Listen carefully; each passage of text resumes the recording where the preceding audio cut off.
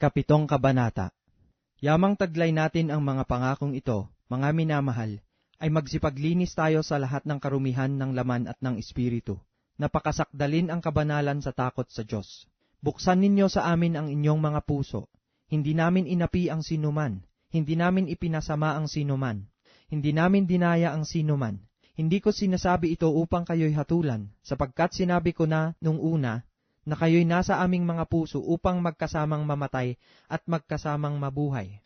Malaki ang katapangan ko ng pagsasalita sa inyo. Malaki ang aking kapurihan dahil sa inyo. Ako'y puspos ng kaaliwan, nananagana sa katuwaan sa lahat ng aming kapighatian. Sapagkat nagsidating man kami sa Macedonia, ang aming laman ay hindi nagkaroon ng katiwasayan. Kundi sa lahat kami ay pinipighati. Sa labas ay may mga pagbabaka, sa loob ay may mga katakutan. Gayunman ang Diyos na umaaliw sa mabababang loob, ay kami inaliw sa pamamagitan ng pagdating ni Tito. At hindi lamang sa kanyang pagdating, kundi naman sa kaaliwan ng inialiw sa kanya dahil sa inyo. Nang sa amin ay ibinalita niya ang inyong pananabik, ang inyong kalumbayan, ang inyong pagmamalasakit dahil sa akin, ano pat ako'y lubha pang nagalak, sapagkat bagaman ako'y nakapagpalumbay sa inyo sa aking sulat, ay hindi ko dinaramdam, bagamat aking dinamdam, sapagkat akin ngang natalastas na ang sulat na yaon ay nakapagpalumbay sa inyo, bagamat sa maikling panahon lamang. Ngayoy nagagalak ako, hindi dahil sa inyong pagkalumbay, kundi dahil sa inyong mga pagkalumbay na ikapagsisisi, sapagkat kayo'y pinalumbay sa paraang ukol sa Diyos, upang sa anuman ay huwag kayong magkaroon ng kalugihan dahil sa amin, sapagkat ang kalumbayang mula sa Diyos ay gumagawa ng pagsisisi sa ikaliligtas, na hindi ikalulungkot, datapwat ang kalumbayang ayon sa sanglibutan ay ikamamatay.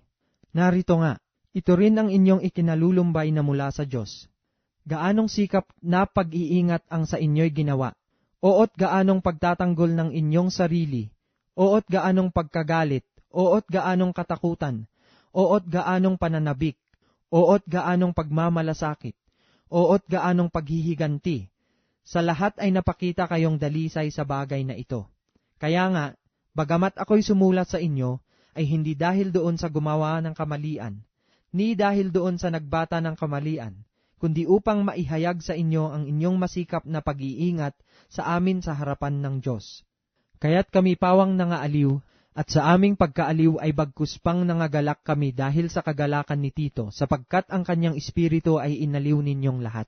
Sapagkat kung ako ay nagmapuri ng anuman sa kanya dahil sa inyo, ay hindi ako nahiya, datapwat kung paanong sinabi namin ang lahat ng mga bagay sa inyo sa katotohanan, ay gayon din naman ang aming pagmamapuri na ginawa ko sa harap ni Tito ay nasumpungang totoo.